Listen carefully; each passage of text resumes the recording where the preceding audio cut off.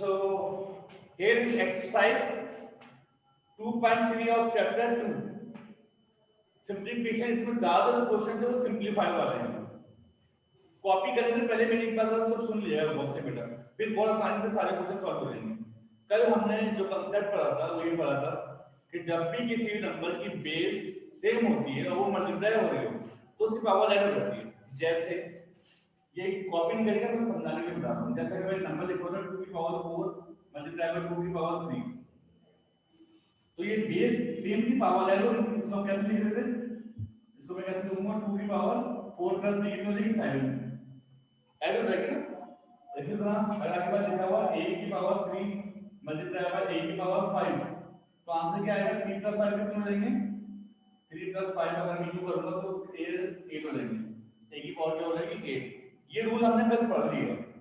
ये rule multiply का base change से पावर क्या होती है और वो जब मल्टीप्लाई हो जाता है, जब वो दोनों नंबर क्या हो जाते हैं? मल्टीप्लाई। आज जो नया रूल आपको पढ़ेंगे वो सुन लीजिएगा। पहले रूल एक पहले रूल क्या है कि पावर के पास जब भी पावर होगी ना वो मल्टीप्लाई होगी। पावर के पास जितनी पावर आती रहेंगी मल्टीप्लाई होंगी। ठीक है, जैसे आपके पास एक नंबर आएगा, एक नंबर ऐसे लिखा हुआ है 2 की पावर 3, अभी पावर नहीं है, एक बेस के पावर है, तो आप 2 को 3 2 सीधा 6 नहीं करते, बल्कि आप 2 को ना 3 टाइम लिखते हैं। 2 टू द 4 4 टू द 8, उतनी दफा उसको मल्टीपल फाइंड आउट करते हैं उसके जितनी उसकी पावर होती है।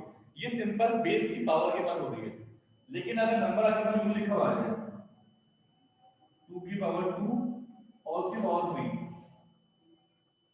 तो अब आपको पहले ये नहीं, पहले आपको क्या करना पड़ेगा? 2 सीधा 6 करना पड़ेगा। 2 की पावर 2 सीधा 6 करना पड़ेगा पहले।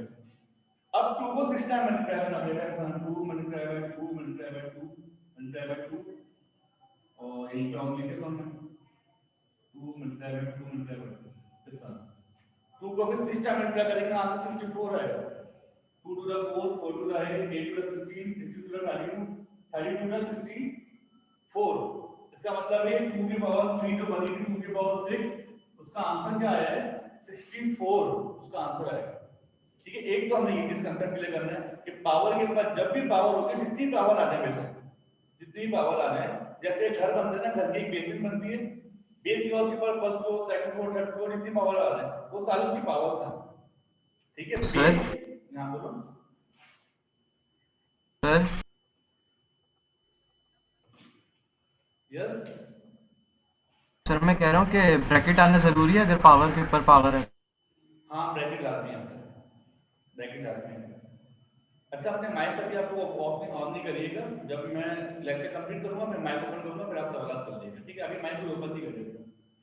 अच्छा, दूसरी चीज, एक तो मैंने बताया कि मल्टीप्लाई हो रही होंगी, बेस सेम होंगी, मल्टीप्लाई हो गई तो पावर ऐड रहेगी। अब आप दूसरी चीज समझिएगा। आपके पास नंबर लिखा हुआ है, बल्कि मैं लिखा हूं, ए के पास नंबर लिखा हुआ है, के पास ए की पावर 4 और ये लिखा हुआ है ए की पावर 2।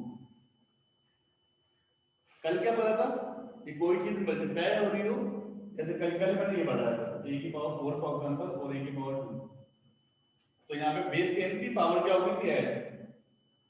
4 प्लस 2 कर दिया हमने, जो कि आंसर क्या आएगा? 6। अब यहाँ पे दो चीजें डिवाइड हो रही हैं, दो चीजें डिवाइड हो रही हैं और बेस सेम है। दो चीजें डिवाइड हो रही हैं, बेस सेम है। यहाँ पे पावर ऐड होती है, यहाँ पे पावर माइनस हो रही है। इस तरह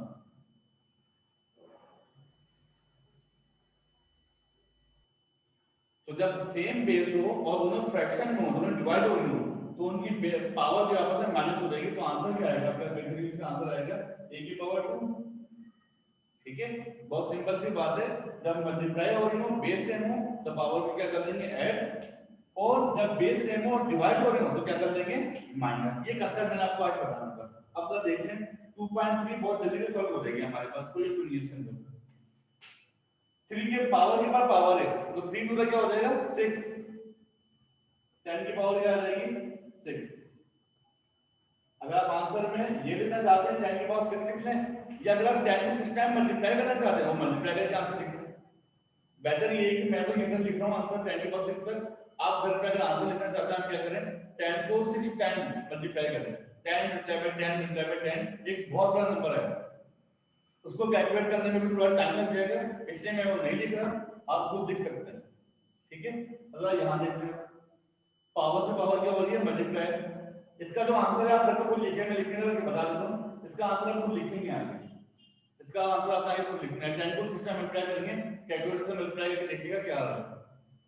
यहाँ पे देखें 2 की पावर क्या बन जाएगी, 3 टू द 6, और मैं बताया 2 की पावर 6 बराबर किसकी होगी, 64 के। ये इसका आंसर है। अच्छा मेरे पास कुछ बच्चे मैसेज कर रहे हैं, आंसर भेज दें मेरे पास, ठीक है आप सब खुद भी निकाल सकते हैं आंसर। और यहाँ इसका क्या आंसर होगा, 3 की पावर 3 पावर्स हैं, मतलब एक बेस के 3 फ्लोर हैं। पहले इसको करेंगे 2 to the 4, 4 to the 8, power आएगी 8। ये भी आपको खुद करना है। 3 की पावर 8 ये आपको खुद निकालनी है। 3 की पावर 8, ठीक है, मतलब 3 को आपने 8 टाइम मल्टीप्लाई करना है, 3 multiply by 3 multiply by 3 multiply by 3, ठीक है। 3 को 8 टाइम लिखना है, और जो आंसर आएगा उसके आगे हम लिखेंगे। ये भी आपका टास्क है, आपको खुद करना है। यहाँ तक मैं लिख रहा हूँ, बाकी आप खुद करेंगे। यहाँ पे देखिए, यहाँ पे सबसे पहले गोविंद चीज जो आपको बतानी है क्या करनी, मैंने आपको एक चीज समझाई थी।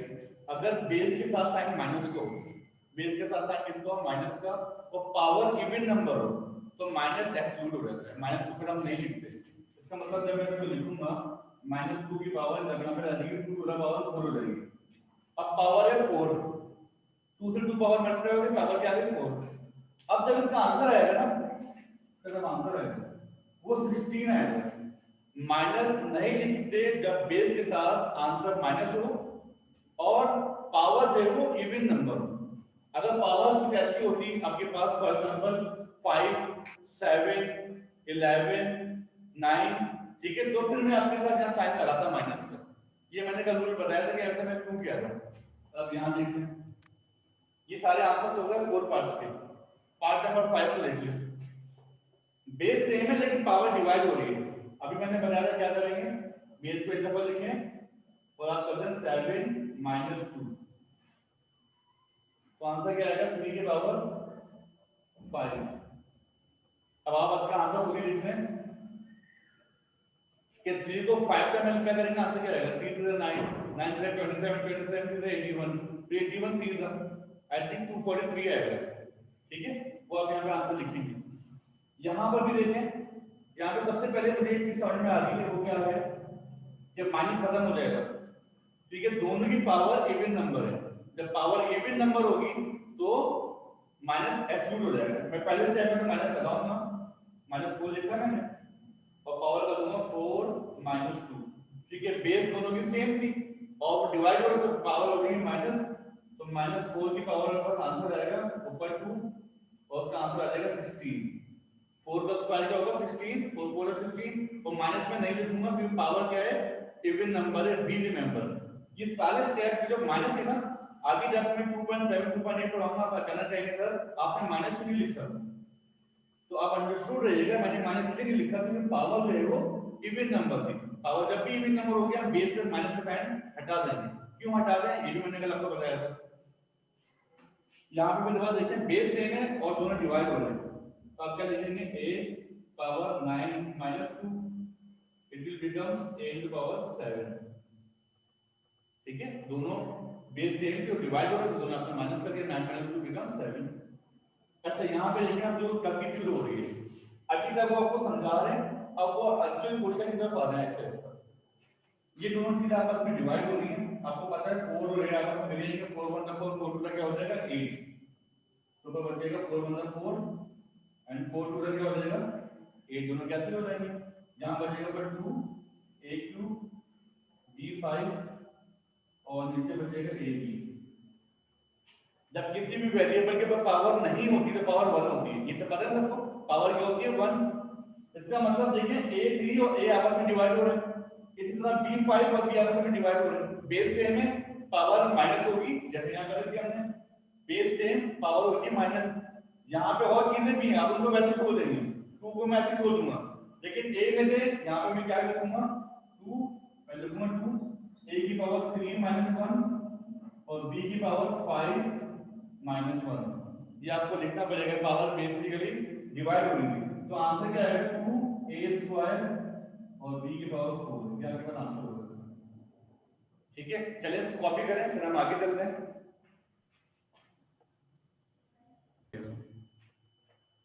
ओके 2.3 का पार्ट नंबर आपके पास है यहाँ पर 9। इसमें दो वैल्यू फ्रैक्शन में है और जो कोफिशिएंट के साथ वेरिएबल के साथ जो कोफिशिएंट लिखे हैं जैसे ऊपर 21 लिखा हुआ है और नीचे 3 लिखा हुआ है, इसका मतलब 21 और 3 तो आपस में डिवाइड हो जाएंगे। 3 1 3 3 7 21।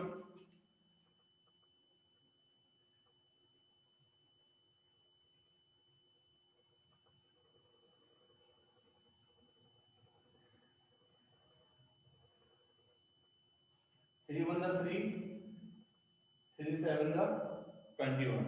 ठीक है, तो क्या बचेगा -7 x6 y9 upon x square और y5। अब वही वाला काम जो पहले करवाया था मैंने, बेस सेम हो और डिवाइड हो रही हो तो फ्रैक्शन हो जाएगी। मैं डायरेक्ट कर दूं, सब डायरेक्ट कर देते हैं। -7 6 और 2 x की पावर 6 2 हो जाएगी। 6 2 की क्या बचेगी आंसर 4। मैं आंसर डायरेक्ट लिख लूंगा। ठीक है, ये आपने क्वालिटी होनी चाहिए। आप स्टेप फॉलो कर रहे थे, अब आपको आ गया, आप डायरेक्ट भी कर सकते हैं। x की पावर 4 बचेगी और यहाँ y की पावर कितनी बचेगी 9 - 5 4। ठीक है, तो ये इसका आंसर है पार्ट नंबर 9 का। ठीक है, पार्ट नंबर 9 का आंसर। इसमें कोई क्वेश्चन में कंफ्यूजन हो तो अभी आप क्वेश्चन कर सकते हैं। जस्ट वेट अ मिनट कि मैं पार्ट नंबर 10 और 11 को भी डिस्क्राइब कर लूं। ये सबने कॉपी कर लिया होगा उम्मीद है, इसको मैं रफ करने जा रहा हूं।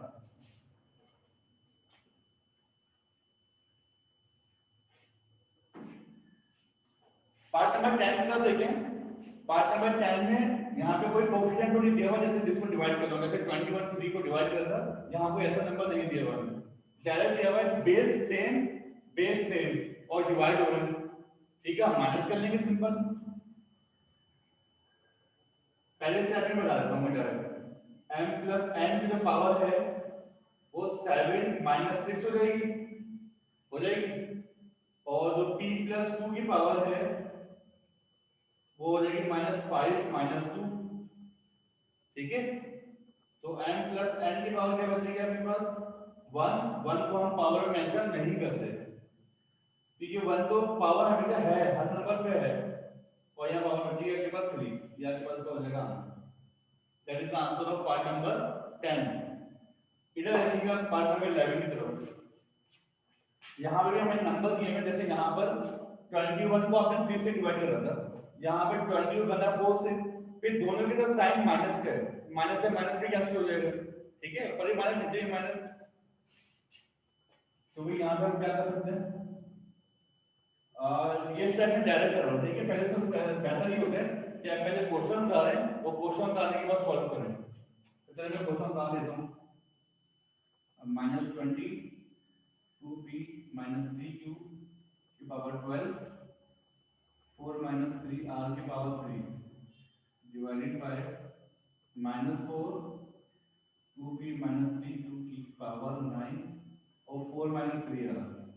ये जो 4 - 3r लिखा हुआ है, इसके पावर नहीं है तो पावर 1 होगी। ये सबको पता होना चाहिए, पर इससे पावर नहीं है तो पावर क्या होगी 1। 4 बनना 4 4 5 20 माइनस से माइनस भी कैंसिल हो जाएगा। 5 लिख दिया मैंने।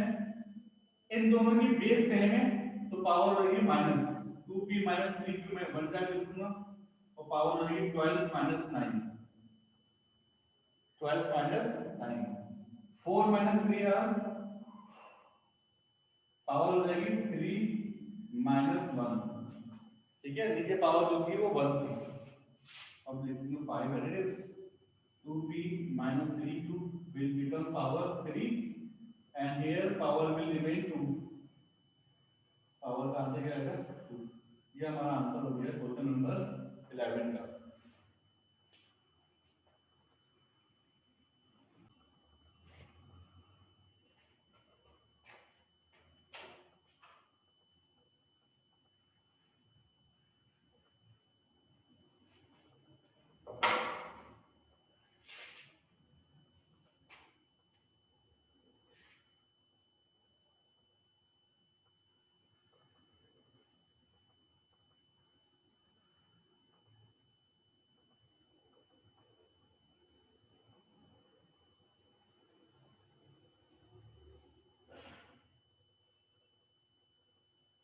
फोर एन माइनस 2p की पावर 6 से पावर है, ये डिवाइड हो रही है 4 2l प्लस 3m की पावर 3 और 4n माइनस 2p की पावर 4 है। ठीक है, आपने घर पर जैसे मैंने 12 ये तो पास हुआ है 10 और 11, ऐसे ही क्वेश्चन नंबर 12 होगा। ये क्वेश्चन भी आपको होमवर्क है, ये क्वेश्चन आपको होमवर्क है, मैं दे रहा हूँ, ये आपका होमवर्क देने जा रहा हूँ। क्वेश्चन नंबर कौन कौन सा 12 और 13, ये आपको खुद करना है, 12 और 13, ये भी आपका होम टास्क है।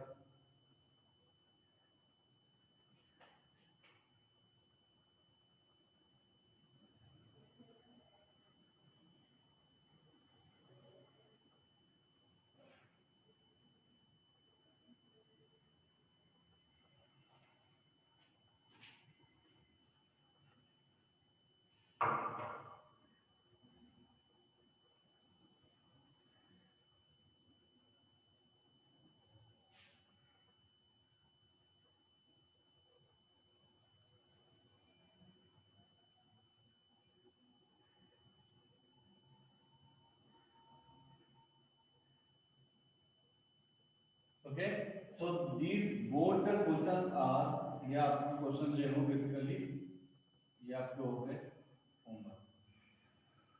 सेम क्वेश्चन होंगे जैसे मैंने आपको क्वेश्चन नंबर 10 और 11 करवाया है, बिल्कुल 10 और 11 नहीं होंगे, बिल्कुल वही चीज हो रही है, कोई चीज अलग नहीं है, बिल्कुल कितना होंगे, डिवाइड हो रहे हैं, बेस सेम हो तो दोनों को आप माइनस करवा देंगे और जो कोएफिशिएंट आपस में डिवाइड हो रहे हैं उनको आप लोग डिवाइड कर देंगे।